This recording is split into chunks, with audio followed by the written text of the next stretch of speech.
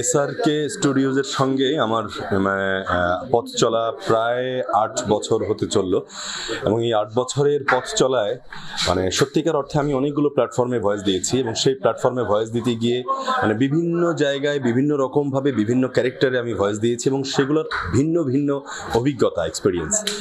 সেই জায়গা থেকে আমার সবচেয়ে বেশি কাজ হয়েছে যার সঙ্গে, সেটা হচ্ছে এসআরকে স্টুডিওজ এবং এখানের বাংলাদেশে ব্যাপকভাবে দর্শক সমাদৃত এবং জনপ্রিয় যে সিরিজ আর্তুগোল, যেটার ফার্স্ট সিজন এবং সেকেন্ড সিজন আমি করেছি এবং এরপরে ওকুরুল ওসমানের প্রায় 5 নম্বর সিজন রানিং, সেটার ভয়েস দিচ্ছি।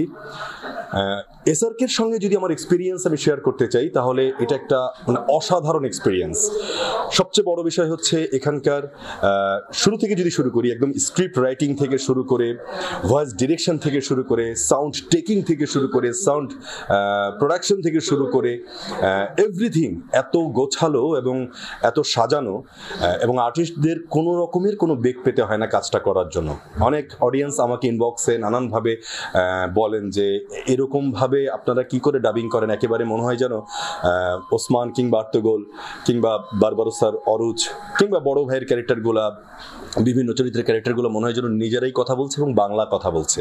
এটার ক্রেডিট ওই যে বললাম পেছনের যে মানুষগুলা, যে মানুষটা আজকে এসআরকে স্টুডিওজে যারা আমাদের সহকারী হিসেবে কাজ করে, যারা আমাকে চা খাওয়ায়, যারা আমাদেরকে দুপুরবেলা খাবারটা খাওয়ায়, তাদের থেকে শুরু করে যারা আমাদের স্টুডিওটার আমাদের জন্য প্রিপেয়ার করে রাখে, যারা আমার স্ক্রিপ্টটা গুছিয়ে রাখে, যারা আমার ক্যারেক্টারগুলোকে আলাদা করে বোল্ড করে রাখে, তাদের ক্রেডিটটা 100% আমি দিতে চাই। পেছনের মানুষগুলো যদি ঠিকঠাক থাকে না, ক্যামেরায় যেমন মেকআপ ম্যানের গুরুত্ব, ক্যামেরাম্যানের গুরুত্ব, ডিরেক্টরের গুরুত্ব থাকে, ডাবিংয়ের ক্ষেত্রেও স্ক্রিপ্ট রাইটারের গুরুত্ব, ডাবিং ডিরেক্টরের গুরুত্ব, এডিটরের গুরুত্ব, সাউন্ড ডিজাইনারের গুরুত্ব, এভরিথিং ইম্পর্ট্যান্ট। আর সব কিছুর উপরে যিনি বসে এসআরকে স্টুডিওজকে তদারকি করছেন তিনি হচ্ছেন আমাদের শিপলু ভাই, শিপলুর রহমান খান, এসআরকের কর্ণধার। উনি আসলে যেভাবে ডিরেক্ট করেন, যেভাবে আসলে সবাইকে চালনা করেন, এটা একটা অদ্ভুত বিষয়। এই যে ম্যানেজমেন্ট, এই যে ভারসাম্য রক্ষা করা আর্টিস্টদের সঙ্গে, ডিরেক্টরদের, অন্যান্য ক্রুদের সবার, এটা একটা অনেক দারুণ অভিজ্ঞতা।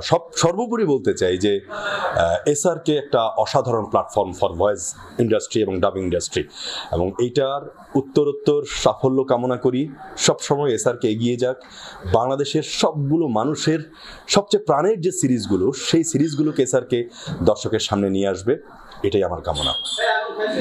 ম্যাক্সিমাম মানুষজন ওই যে বললাম যে নানানভাবে মেসেজে, ইনবক্সে নানানভাবে জানতে চান যে তারাও ভয়েস আর্টিস্ট হতে চান। এটা তো খুবই একটা আনন্দের বিষয় যে বাংলাদেশে একসময় ডাবিং ইন্ডাস্ট্রি বন্ধ করে দেবার জন্য অনেক মানুষের অনেক ধরনের পায়তারা ছিল। সেই জায়গা থেকে আমরা এখন ঘরে বসে তো নানানভাবে পৃথিবীর অনেক বড় বড় সিরিজ, অনেক বড় বড় কন্টেন্ট দেখতে পাই। তো সেই জায়গা থেকে কেন না সেই সিরিজগুলো, সেই কন্টেন্টগুলো আমরা বাংলায় দেখবো। আমার মাতৃভাষা বাংলা, যে ভাষার জন্য আমরা সংগ্রাম করেছি, তো সেই ভাষায় যদি আমরা পৃথিবীর সব সেরা প্রোডাকশনগুলো দেখতে পারি, সেটা কেন দেখবো না? আনন্দের বিষয় হচ্ছে অনেক মানুষ আগে ডিনাই করতে, তখন সেই মানুষগুলো আজকে ভয়েস আর্টিস্ট হতে চায়, ডাবিং আর্টিস্ট হতে চায়। তাদের জন্য বলবো ডেফিনেটলি নিজের চেষ্টাটা সবচেয়ে 16 আনা, নিজের চেষ্টা এবং ইচ্ছা, এটা হচ্ছে এক নম্বর কথা, শর্ত। তারপরে শর্ত হচ্ছে নিজেকে প্রিপেয়ার করা। সেটা কিভাবে প্রিপেয়ার করব?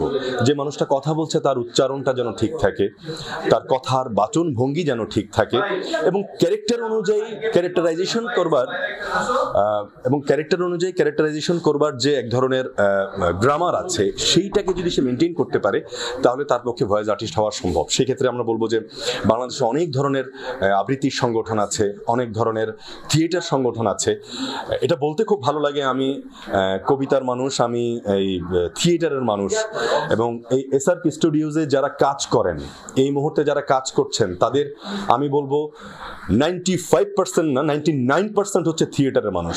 এই থিয়েটারের মানুষগুলোকে এইভাবে প্রমোট করছে এসআরকে স্টুডিওজের মতন প্ল্যাটফর্ম, সেজন্য এসআরকে ধন্যবাদ এবং সেই সঙ্গে আমার থিয়েটারের বন্ধুদেরকে অনেক ধন্যবাদ যে তারা এই জায়গায় এসে বাংলাদেশের মানুষের কাছে তার ক্রিয়েটিভিটি, তার প্রতিভা তারা প্রকাশ করতে পারছে। এই জন্য বললাম যে কোনো সংগঠন, আবৃত্তি, থিয়েটার, মোস্ট ইম্পর্টেন্ট একজন ভয়েস আর্টিস্ট হওয়ার জন্য এবং ক্যারেক্টার আর্টিস্ট হওয়ার জন্য।